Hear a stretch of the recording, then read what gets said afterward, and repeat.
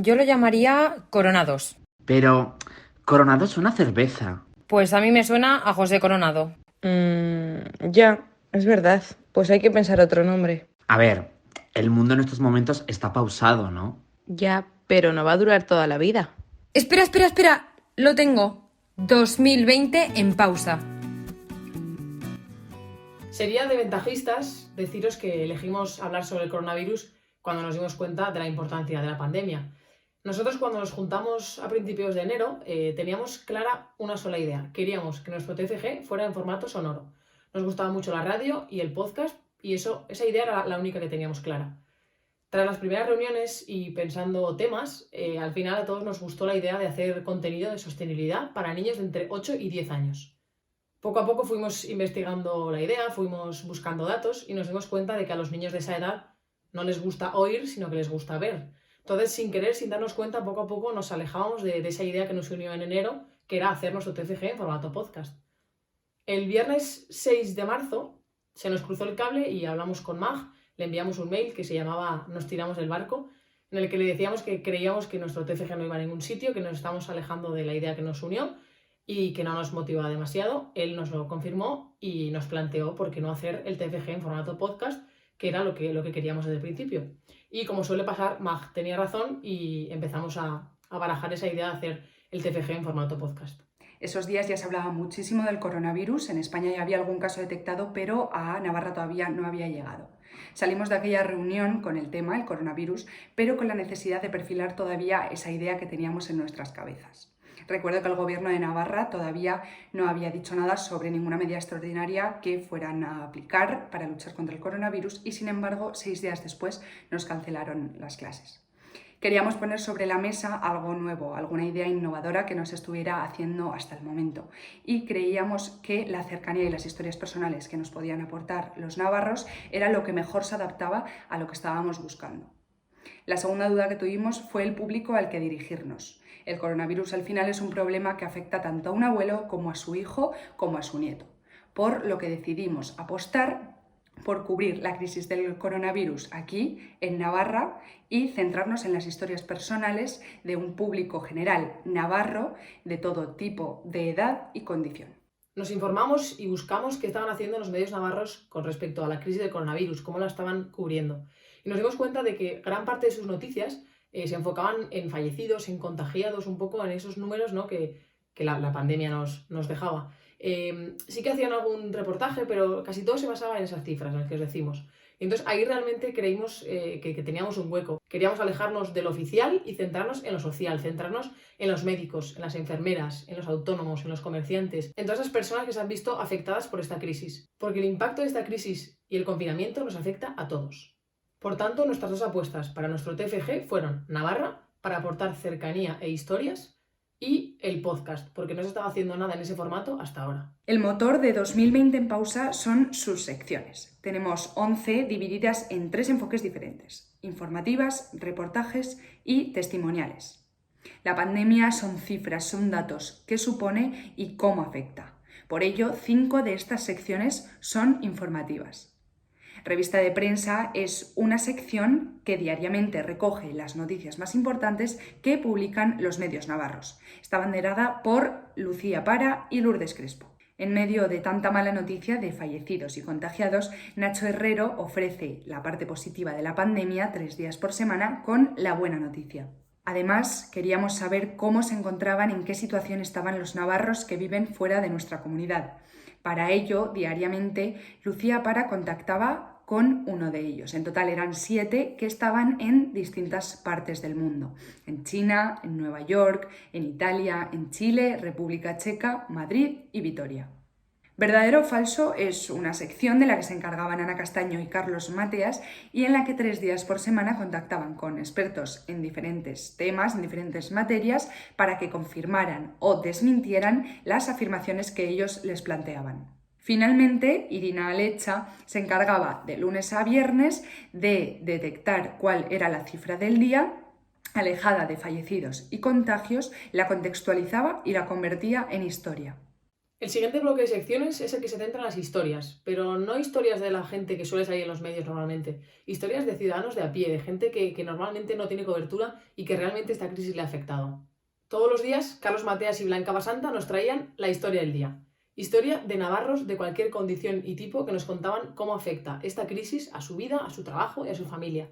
Iñaki Sangrador salió un día a la calle para ver qué se cocía, qué se escuchaba por las calles y se acercó a los comercios que estaban abiertos y pudo hablar con las personas que se encargan de farmacias, de ópticas, de supermercados, y ahí nació la sección La Voz de la Calle.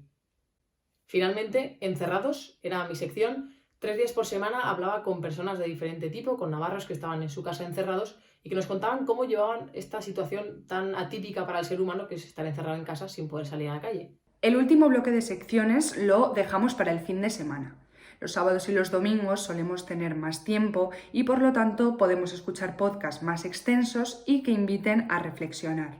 Queríamos ir más allá, conocer las consecuencias de esta crisis en nuestra comunidad. Por ello, 2020 en Pausa tiene 3 secciones dedicadas a los reportajes. El bolsillo la llevaba Blanca Basanta y 2 días por semana nos traía un reportaje sobre las consecuencias económicas del coronavirus en Navarra. Del dicho al hecho ha sido un apartado realizado por Iñaki Sangrador y publicado 2 días a la semana en el que recuperaba aquellos temas de los que hablan los ciudadanos y aportaba información.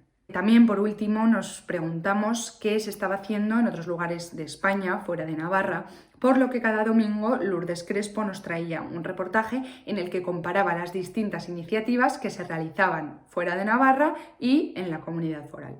Con las secciones ya definidas, tratamos de tener la mayor difusión posible. Por eso tocamos la puerta de navarra.com, el único de los medios navarros que no tenía podcast, y su director, Ignacio Murillo, se mostró desde el principio dispuesto a ayudarnos y a darnos difusión en su medio. Por ello, 2020 en Pausa contó con un perfil de colaborador en la sección de opinión de navarra.com, en la que cada día subíamos 2 de los podcasts diarios y uno de ellos iba directamente a portada. De esta forma, los lectores de navarra.com tenían cada día 2 nuevos podcasts de 2020 en Pausa dispuestos para poder escucharlos y para poder saber qué pasaba, qué iba más allá del coronavirus. Finalmente, se demostró que nuestros contenidos tuvieron éxito porque estuvieron más de un día entre lo más leído de navarra.com. Precisamente fue este interés de navarra.com por nuestro proyecto lo que nos dio las pistas para la memoria económica. Nuestra empresa tiene 3 vías de financiación. La primera es la venta a medios. El acuerdo con navarra.com refleja que el hecho de tener que cubrir estos grandes acontecimientos, como es la pandemia del coronavirus, en muchas ocasiones puede resultarles complicado a los medios por aspectos como, por ejemplo, falta de plantilla. En segundo lugar, la publicidad, tanto en la web como en los podcasts, habrá anuncios que permitan sustentar la empresa. Y finalmente, el marketing de contenidos, es decir, la creación de identidad de marca para aquellas instituciones que lo soliciten. 2020 en Pausa ha estado 3 semanas y media publicando podcast. En esos 26 días hemos publicado 136 episodios y un total de 816 minutos. Hemos hablado con 18 expertos y hemos conocido la historia de 51 personas. Esta es una historia de 2020 en Pausa. Es algo súper bonito. Los pacientes no se lo esperan y la verdad que les hace mucha ilusión. Nos transmiten, pues eso, su gratitud y esa ilusión de que alguien se acuerda de ellos, ¿no? Este martes se han confirmado 34 nuevos casos, son todos casos importados desde el extranjero, así que son controlados y a partir de ahora la gente de la provincia de Wuhan ya va a poder volver a salir de sus casas. Falso. Sí es cierto que no se va a hacer repetir a los alumnos solamente de carácter excepcional, aquellos casos en los que se entienda que es bueno para su desarrollo educativo el que repita el curso. Y afortunadamente la terraza que tenemos está cubierta, está cerrada y la hemos prácticamente vaciado del todo para poder jugar ahí con pelotitas de trapo a fútbol, a baloncesto, a pelearnos o a lo que sea. Era el número de bodas que debían haberse celebrado en la segunda quincena de marzo y que debido a la situación que estamos atravesando no ha podido ser. Las de este mes también se han suspendido y prácticamente en todas las de mayo no sonarán las campanas. Y vivir cada día como si fuese, lo que es 24 horas para sacar el máximo provecho. por la situación, te quiero decir, de estrés que nos crea, que aquí venga gente que no tenga síntomas, te puedas contagiar, luego vas a casa, yo tengo mi madre con Alzheimer, bueno, esto es una cadena de contaminación. La Organización Mundial de la Salud felicita a España por su combate contra el coronavirus. Es decir, alrededor del evento del fallecimiento, los familiares hoy en día ni siquiera pueden elegir una serie de servicios que harían más llevadero y, no quiero utilizar la palabra normal, pero más normal la vela de sus seres queridos, ¿no? Y no nos olvidemos de que el sector de la agencia de viajes somos unos profesionales que tenemos la suerte de vender felicidad. Las redes sociales elegidas para presentar, compartir y difundir el proyecto 2020 en pausa han sido Twitter e Instagram. En Twitter pasamos de tener en marzo cerca de 13.000 impresiones a tener cerca de 68.000 en abril.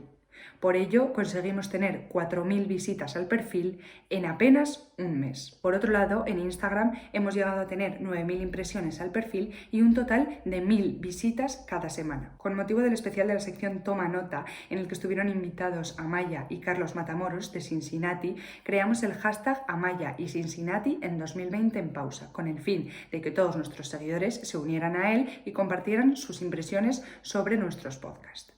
En definitiva, con este hashtag conseguimos tener un total de 60.000 impresiones en tan solo un día. Por supuesto, queremos agradecer a todos los profesores de FECOM, pero en especial a los que se han volcado con 2020 en pausa. A Mag, a Miguel Ángel Jimeno, por ser nuestro director y el capitán de nuestro barco, a Iñaki Arena y a Eva Luz por ayudarnos con las tareas de edición de sonido, a Samuel Legredo por sus consejos con la página web y a Alfonso Vara por su ayuda con la memoria económica. Finalmente, como directora de 2020 en pausa, me gustaría dedicar unas palabras a mis compañeros, unos compañeros que se han convertido en familia. Es verdad que arrancamos con un proyecto que nos dimos cuenta finalmente que no nos hacía especial ilusión y que no nos motivaba, pero creo que hemos terminado con un proyecto ilusionante y en el que todos hemos trabajado como el que más.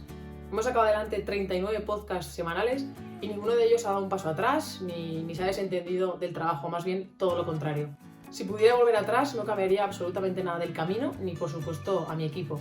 Gracias a Ana Castaño, a Nacho Herrero, a Irina Lecha, a Blanca Basanta, a Lourdes Crespo, a Carlos Mateas, a Lucía Para y a Iñaki Sangrador. Cuando pisé la facultad por primera vez hace 4 años, no era consciente de que empezaban los mejores 4 años de mi vida. Gracias a FECOM y a todos los profesores por ser nuestros mentores y por formarnos en esta profesión tan apasionante. Y por supuesto también enhorabuena al resto del grupo por su gran trabajo. Gracias.